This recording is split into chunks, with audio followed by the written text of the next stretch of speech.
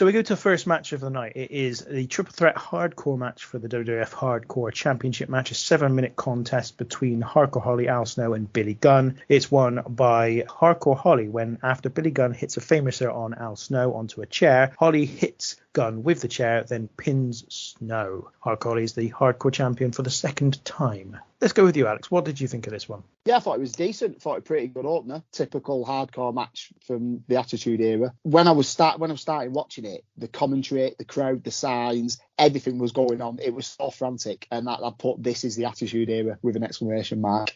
Just going on to the signs very quickly. I did see a sign that said during this match, "Oh my God, Raw killed Nitro, you bastard." Now, if anything screams 90s wrestling pop culture, I think this was a time when people used to bring South Park characters dressed as The Undertaker and South Park characters dressed as Austin. Yeah, it was decent. We're in an era of unprotected chair shots to the head. Not nice to see, but, you know, if we're going to watch these shows, we're not going to avoid it, are we? So that's quite unfortunate. Yeah, I thought it was decent opener. I thought it was decent. So, Matt, obviously Al Snow, not Al Snow, Bob Holly, Hardcore Holly is your favourite wrestler of all time. So what did you make of this one? Yeah, the guy who won it did put a bit of a sour note on it for me. I have a funny feeling that this is probably one of those matches that at the time was probably a lot better than what it is now. I don't think it's probably aged very well at all. I don't think that the type of hardcore sort of style of match has aged very well at all. I can definitely imagine at the time just thinking, oh, you know, cool, you got all these different weapon shots. That's cool, you know, hit them with a hockey stick. Haha, that's awesome. I think it was like a concessions tray or something like that at one point. Just like, oh, you know, that would have been great. But yeah, today it's just, no, it doesn't hold up very well. So for that reason, it was okay. I definitely put down that it was definitely quite decent.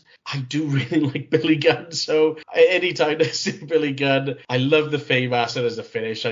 I just think that's really cool. Yeah, like I said, the guy who won it, no, just not a fan of at all. I think these matches appealed, certainly when they first came along, because they just offered something a little bit different, a different visual. Like they even talk about on commentary the month before at St. Valentine's Day Massacre, Bob Holly and Al Snow had a match for the hardcore title, which had spilled out of the arena into the Mississippi River. It's quite a famous kind of moment just because it went there. It wasn't a great match by any means, but it was just because it went out of the arena and into the streets and then out to the river. And I just think it just gave the visually something different. And I think this is where the issue is with modern, more hardcore style matches, is that they look exactly the same and feel exactly the same as everything else on the show, because everything's understandably and rightly more safe now. So it's all like gimmicked up. Everything that they use is completely gimmicked up. It's not it's a gimmicked up chair, it's a gimmicked up guitar, it's a gimmicked up this and that and the other. They didn't use, even though they do use a table in this, they didn't use tables, ladders and chairs as much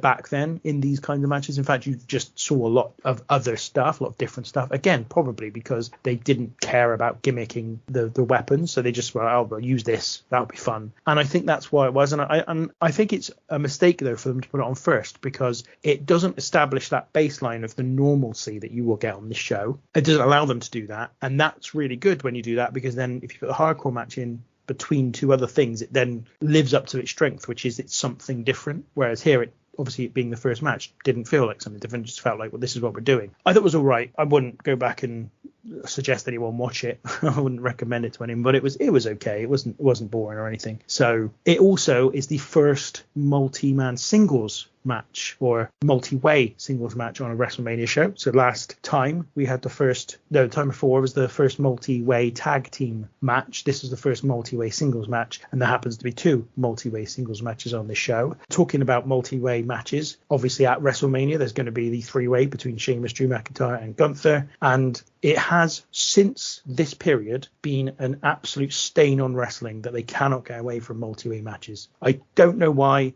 they just can't get away from it. Well, I know why. It's because it's lazy. It allows them, much like this match, to take a match that they did a month ago and just add another person. That's why they do it. It's just easy. It's just lazy. It means they don't have to do anything. They just use the same feud, but extend it by another month with an extra wrestler. So, yeah, since this period, that's been a major stain on wrestling, and it continues to this day, which is a shame.